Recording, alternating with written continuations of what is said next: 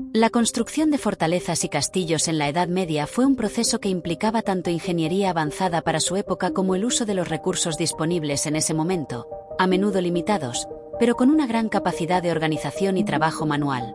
A pesar de contar con herramientas rudimentarias en comparación con los estándares modernos, las fortificaciones medievales estaban diseñadas para resistir asedios y proteger tanto a las tropas como a la población local.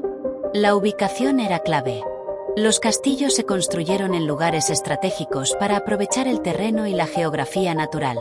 Esto significaba seleccionar colinas, montañas o islas en ríos. Las colinas ofrecían una ventaja militar al permitir que los defensores tuvieran una visión clara del terreno circundante y dificultaran los ataques. Las fuentes de agua eran vitales para el funcionamiento del castillo. Por eso, muchos castillos se construyeron cerca de ríos, arroyos o manantiales. Cuando no había fuentes naturales cercanas a un castillo, los constructores ideaban soluciones ingeniosas para asegurar el acceso al agua. Pozos profundos y generalmente secretos. Cisternas para la recolección de agua de lluvia, en el interior del castillo. Y canalización. Desvío de fuentes externas para llevar el agua por túneles y acueductos. Aunque no existían planos arquitectónicos precisos como los conocemos hoy, los constructores medievales seguían ciertos principios básicos de diseño.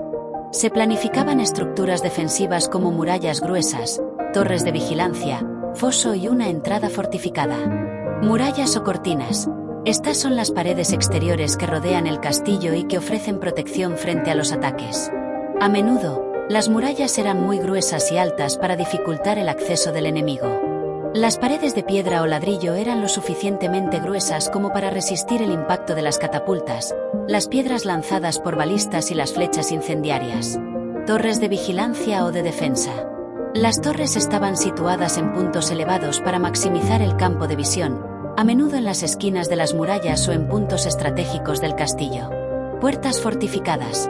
La madera proporcionaba fuerza, mientras que el hierro o el acero ofrecían una capa adicional de protección. A menudo, se utilizaban planchas de hierro que cubrían la superficie de la puerta, a veces con púas o tachuelas para dificultar el uso de herramientas de asedio.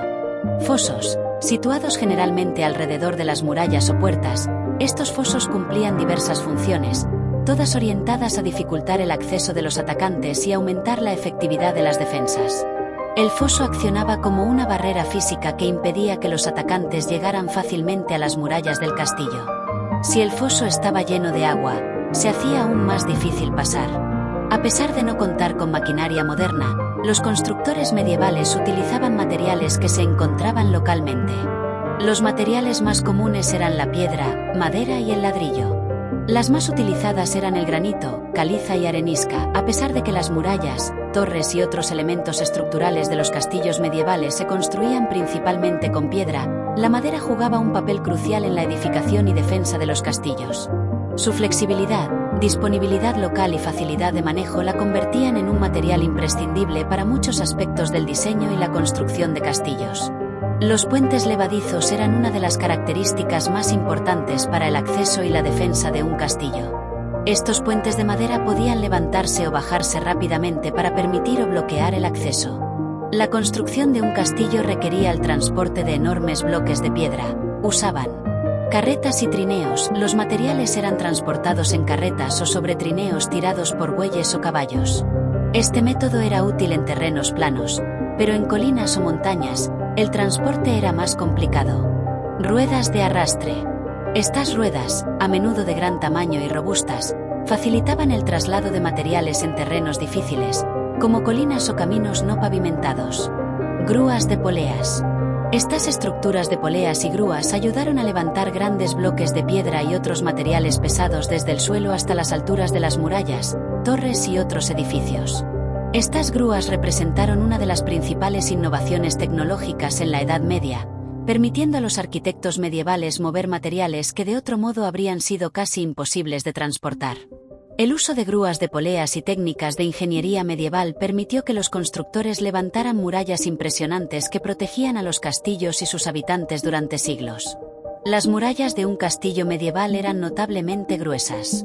El grosor variaba dependiendo del tipo de fortaleza, pero típicamente las murallas podían medir entre 2 y 5 metros de grosor.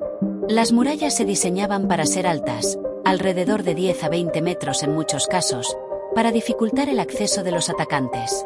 Los últimos castillos fueron construidos durante los siglos XV y XVI, en un periodo donde las técnicas de fortificación tradicionales empezaban a dar paso a nuevas formas de arquitectura militar más avanzadas. A medida que la artillería y las armas de fuego mejoraban, las murallas gruesas y las torres medievales dejaron de ser efectivas contra los cañones, por lo que los castillos tuvieron que adaptarse a estos cambios.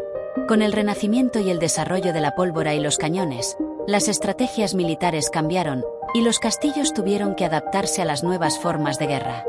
Los castillos de los siglos XV y XVI se transformaron en fortalezas renacentistas con nuevas características de diseño. En lugar de las altas y delgadas murallas medievales, los castillos del Renacimiento tenían murallas más gruesas pero de menor altura.